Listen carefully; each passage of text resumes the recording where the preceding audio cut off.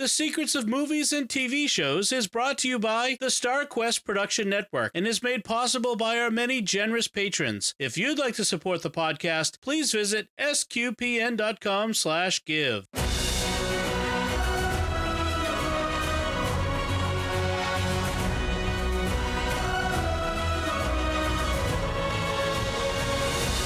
You're listening to Coffee and Cinema, part of the Secrets of Movies and TV Shows podcast.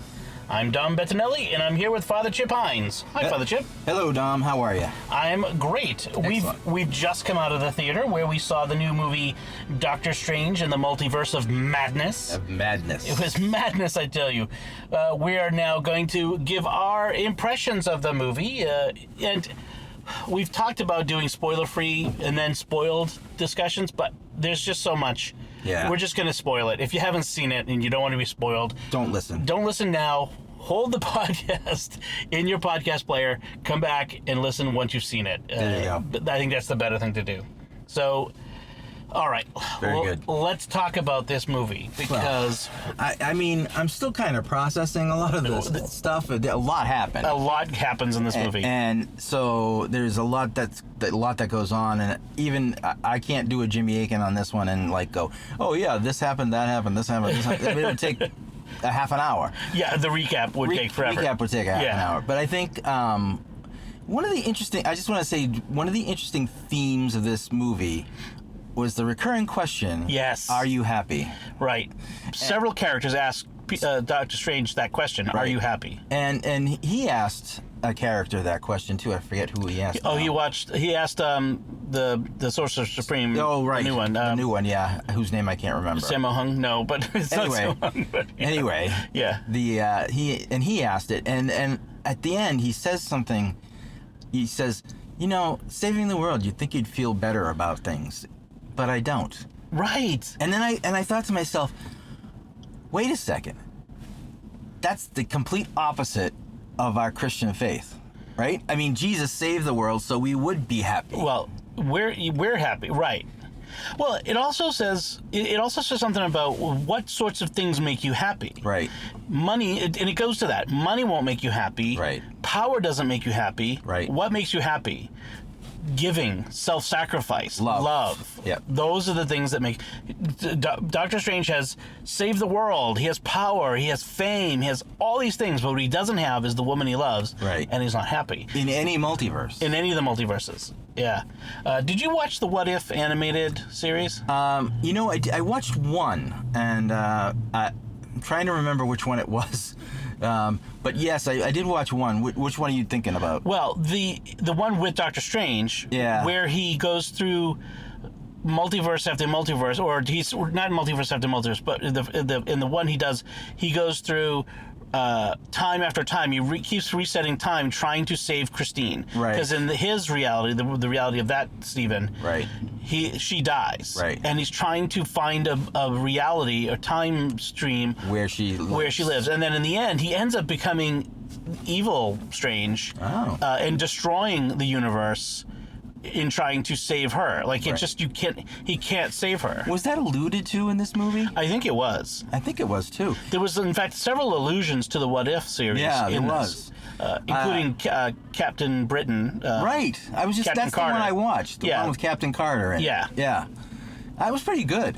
Yes. Yeah, there were a couple of the animated ones I didn't care for, like the zombie one. Yeah, but probably. Yeah. But in total, it was actually pretty good and worthwhile. That's good.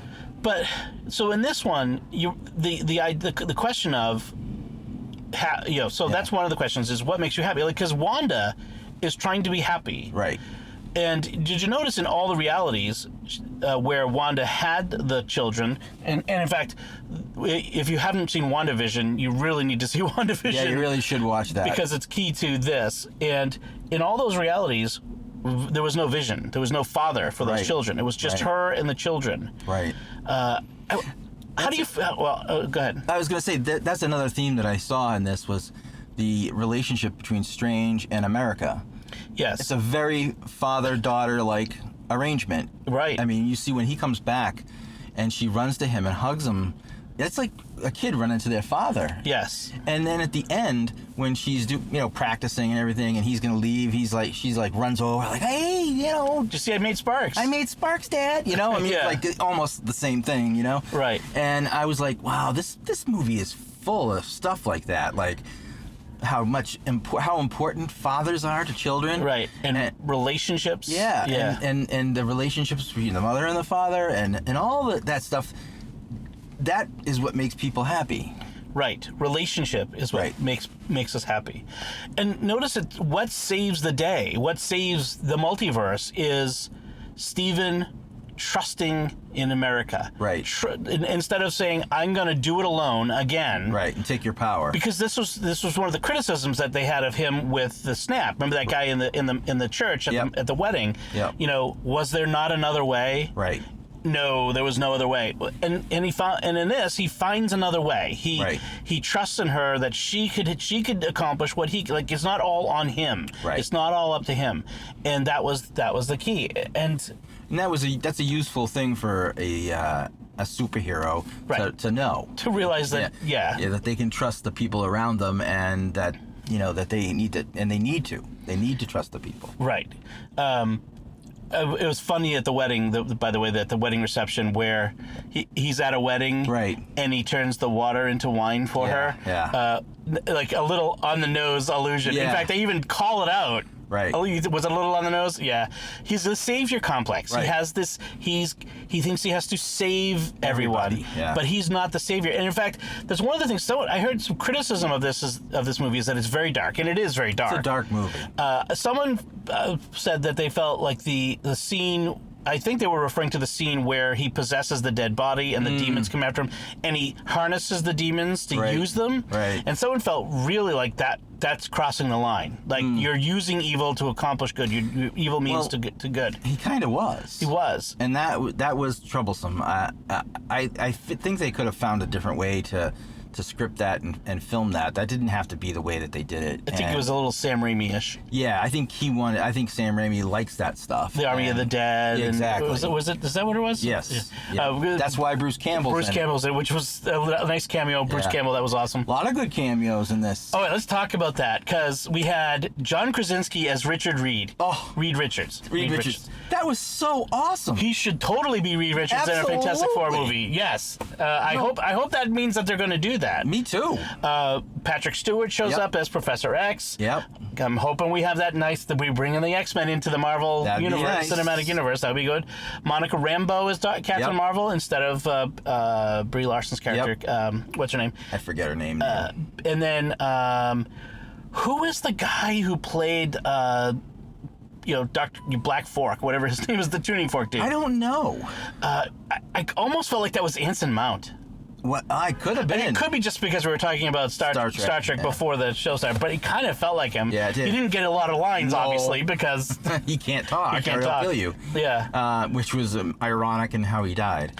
But I think it's I think this movie could have been. I mean, it could have been a little less dark, and it would have been fine. Yes. And I think, like you say, Sam Raimi, he loves to do that stuff, and I get it. It's kind of your thing, but the reality is this isn't an Army of the Dead movie. It's a Marvel movie, and kids do watch these things. I kind of get the feeling. I'm not a comic book guy, but I kind of get the feeling that Doctor Strange comics were darker than other ones. Yeah, I think you might be right. So maybe they're going for that, but I agree. I could have been less dark.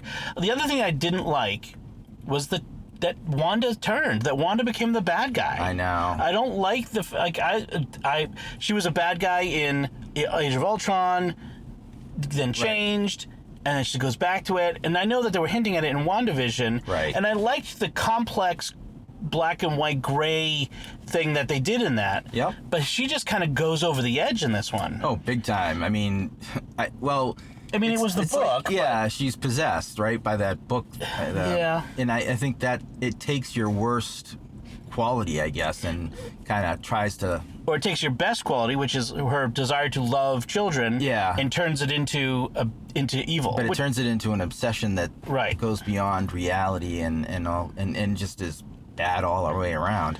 But it's yeah, I didn't like that either. I always liked her character. I always liked the way she. It was interesting though too, because eventually I started thinking, well, she is really the most powerful of all of them. She's beating Captain Marvel. She's beating... Right, if she can beat Captain Marvel. Right, if you can beat Captain Marvel... Because I think she's been pretty much acknowledged as more powerful than anybody. Right. Yeah. She had to come back and save the... I mean, how many times she saved the world? And so that kind of was interesting. You know, that she was considered... She kind of moved over to that edge, that she's this all-powerful kind of, you know, big deal. And I always found that interesting, actually, because... You know, once you got the Darkhold, it was even more powerful. Right. And it's kind of funny because Agatha really predicted her turn. Yes. I mean, she wasn't lying when she said that if you get the Darkhold, which is what Agatha was going for, right, you're going to be this powerful, right, dangerous being, and it turns out she was. Yeah, and you know, I think the problem sometimes with Marvel is they make these characters way too complex. You know, like, you know, I understand that they want to be different than DC. I get that. Well, DC is the one that's supposed to be dark, right? Right, it is. Except that they have Superman, right? And Superman is always around, and he always comes back, and he always, you know, Superman's always Superman. And you know, these comics have always been, since the beginning, since Spider-Man, Peter Parker, Iron Man, the old Iron Man, they've always been more complex characters where they don't always always get it right the first time. Yeah. Or they, you know what I mean? There's always something that goes awry or whatever. But these guys in the movies have taken it to another level. You know, it's like she can't win. You know, she can never win because she can never have what she wants. Right. She's never allowed to be happy. Right. Because they write her that way. Well, well, I just don't like the fact that she's not they even bring it up. Everyone gets a second chance. Everyone gets another. Well, she doesn't kind of had a second chance, didn't she? Well, what you mean after Sokovia? Yeah. I guess, but like but you always should be able to be redeemed. I think that should. Oh, sure. I feel like they should have given her the chance to redeem herself. Well, they did. Well, didn't they? In the end, she ends up pulling the place down on top of herself. So but she has to kill herself in order to be redeemed. Right. I kind of wish, you know, you could have made the mistake and be like they've let other characters do that. You know, Bucky in you know, Winter Soldier, and even Cap with the Civil War thing, and all these other characters got their chance to. Do something wrong. Although in Cap's defense, he might have actually been the one on the right. Right. But nevertheless, they get another try. They get to redeem themselves. They get to come back. And she does. I mean, I hope she's not dead. She pulled a building down on top of herself, and you see that explosion of red inside it. Yeah. They're implying that she dies, but I always say if you don't see a body, movies. If you don't see a body, you don't know they're not necessarily dead, and even then, it's a multiverse. Right. Exactly. I was wondering if that other Wanda with the boys would come through.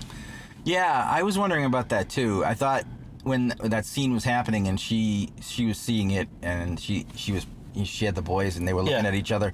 I thought that Wanda was going to come through and sort of like be the Wanda that helps save the world or save the multiverse or whatever. Right. And they didn't go that way, which is interesting. It's fine. They're making a thing about incursions. Like, I think that what they're trying to say is like, don't expect just to go, every time a character dies, we go and grab one from another universe. Right. Right, because that is in a way lazy. Yes, well, and it also creates false expectations in the viewers. It sucks the drama out if a character dies, but you know that there's a spare in the closet. You know. Right. By the way, a little niggling point: if you're numbering the universes, wouldn't you start with your own being number one? You would, not 818. Yeah. Just a little niggling point. Just weird. That was weird. Like, we're Universe 818. And you're 616. Yeah, it's like what? Why wouldn't you, I would always think of mine as number one. So where's one?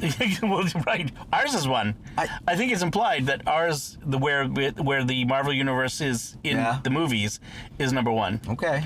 I'm gonna go with that, but all right, sounds okay. I did like the New York City that was all plants. That was kind of nice. That was actually that seemed like a pleasant universe. It did. It did seem like a very pleasant universe and a pleasant New York City, actually. Yes, although where they have pizza balls, and apparently pizza exists in every universe. Yeah, apparently. But I like the idea that there were some universes that didn't have to pay money to get food. Yeah, so all the food is free in most universes. Yeah. I'm like, nice. That was a little commie, but yeah. I mean, it doesn't actually work that way because. Right. How would you do it? Yeah, right. But anyway, it was funny. But I really, really hope what comes out of all this is that John Krasinski does a fantastic movie. Totally want John Krasinski to show up. I mean, at the end when he gets pulled into some other battle with Charlize Theron. Yeah, Charlize Theron shows up at the end. I mean, okay, fine, it'll be fine. I'll watch Doctor Strange again, but I need Fantastic Four. I need Fantastic Four now with Krasinski because I think that would be fantastic. Has everyone now been in a Marvel movie? Because it's almost like a Doctor Who, where every British actor has been in Doctor Who at one point. I mean, it feels like between the Eternals and all of it just feels like everybody's been in a Marvel movie now. Yeah. Like literally everyone in Hollywood. Well, they're getting there. I don't think Mark Wahlberg's been in one. No, it's coming. It's coming. He's gonna be Boston Man or something. Yeah, that'd be good. That'd be a good movie. Dot Boy. I like we have a few insect-related superheroes. Yeah, that was a good line. And the whole talking about Spider-Man's powers. Yeah. Does he shoot web out of his butt? No. I hope not. I hope not. Maybe. That would have been funny. That was good. He's like, I've had a little experience in traveling like this. I think I'm going to be okay. And then next thing you know, he's hurling. He's hurling into the chimney, I think it was. Someone's getting something that was staying there. Magic vomit. You notice it was the same rooftop, too. Yeah. It was weird. Does she always show up on the same rooftop? I don't know. When you get involved in these things, it's hard to keep track of all that stuff. Well, that's the thing. With so many movies now, we're over 30 movies and streaming series. I mean, well over it now by this point. And there's even some ancillary ones that are on some other networks besides Disney Plus. It's hard to keep track of everything. This is kind of the reason why I don't read comic books, because it was always so hard to keep track of what was going on from month to month in each issue. Not only that, they cross over, and if you don't get the crossovers, then you're not going to know what's happening next time in yours. Exactly. And that's their way of saying, hey, buy this book too. And it's I don't want to be involved in that. Right. That's just too much. That's too much. I mean, the movies are enough. I've spent enough money going to see Marvel movies. I think they got their money from me. Well, that's an interesting thing, because they've been killing off all of their superheroes, right? That's weird, yeah. Who's left? I mean, we got Falcon, who's going to be spoilers, who's going to be the new Captain America. Right. We've got Doctor Strange. We got Spider-Man. Yep. And Ant-Man. Yeah, and the Wasp. And the Wasp. We got Captain Marvel. Yep. But Hawkeye's done. Yep. Jeremy Renner Hawkeye. Yes. We got Hawkeye Girl. Girl Hawkeye's coming. Yeah. Yeah. We've got. Who else got? So Captain America's gone. Iron Man is gone. Right. I mean, is Thor may or may not be. I don't know what's going on with Love and Thunder. That's kind of weird. Is he getting replaced by? Oh, they're all getting replaced by girls. I know. I noticed that. It's weird. Hawkeye's replaced by a girl. Thor's getting replaced by a girl, woman. Sorry. Yes. Boys and girls, guys, men and women. Right. Even in this, Captain America replaced by Captain Carter. Right. So it's kind of odd that we're doing that, but even the replacements are not at the same level. They're even Falcon becoming Captain America. He's not a super soldier. He's just he's just a guy. Really, he's just a guy with a lot of skills. Right. But yeah, it's. I'm just curious where they're going with this. I know. I hope they have a plan. Well, they've always had a plan so far. I know, and I'm wondering, but how far did they go out? Well, how much longer can this go? Oh, it'll go forever. Well, that's the thing. What is the appetite for these movies going to be? Is it going to be like? Well, you and I go. But the James Bond franchise has been going on for more than 50 years. Yes. Okay. But that's one movie every 3 years. Correct. Right. This is several movies a year, several streaming series a year. Yep. Can they sustain that? Can the audience sustain that? No, I don't think so. Yeah. Because I think you can't watch everything. I think there's going to be some fatigue, too. Oh, yeah. I'm starting to hear from people saying, I'm tired of superhero movies. I want to talk about something else. Right. And frankly, I've heard from people in the podcast audience who've said, I'm kind of tired of hearing you guys talk about superhero movies, and I get that. I do too. I mean, I think it was good we did Father Stew last time. Right, and we've got other topics coming up. We got Man for All Seasons. We got Jaws. We got, a lot of other stuff. We got Close Encounters of the Third Kind coming up with Jimmy Akin. Excellent. So we got a lot of stuff coming up that's not superhero stuff, and frankly, with Top Gun comes out, the new Top Gun. Oh yeah, we're all over that. You and I are all over that because Top Gun was a formative movie for me. Absolutely, the original. So I totally want to go, and maybe we should talk about. Well, we'll talk about it later. We'll talk about it later. Yeah, I don't think they want to know. They don't want it. Well, I don't want to promise anything and then not be able to follow That's through. True. So in any case, right. I just say, I mean, this is an interesting. Doctor Strange is an interesting character. Yeah. His power is funny. He's like got this ultimate power, but then he doesn't. Right. And it's limited. It's limited. It's like limited ultimate power. Yeah. And which isn't ultimate power, obviously. Unlimited power in a teeny-weeny package. What was that from? I forget. Yeah. But it's like you don't, and you can't bring people back from the dead. You can't. Yeah. There's things you can't do. There are limits. There are limits to what your power will allow, and he's not one for following the rules either. There's a bit of arrogance. And that's what I think got the first Doctor Strange that we saw in the movie got him killed was the arrogance, and what caused him to not trust to America to not trust him. Right. Is that arrogance? Like, I have to be the one to wield that power. Right. And only I can do it. Yeah. The nice thing is that this Stephen Strange seems to be changing. Right. And he seems to have learned that maybe I don't have to be the one to do it. Yeah, I think he's growing as a character, obviously, and his humility is growing a little bit, and he'll always be I think have that little slice of arrogance in him, but I think he's trying to get better. Kind of like Tony Stark. Yeah. Tony, like the first movie, Tony was really super really arrogant, and like a pain in the ass. Pardon my French. But by Endgame, he was a totally different guy. Like Exactly. not totally different. He still had that Tony wise stuff. guy. Yeah. Yeah. But he had changed. Yeah, he did, and I think he saw the idea of what a hero does. A hero sometimes has to sacrifice. I think he saw that and he understood it, obviously.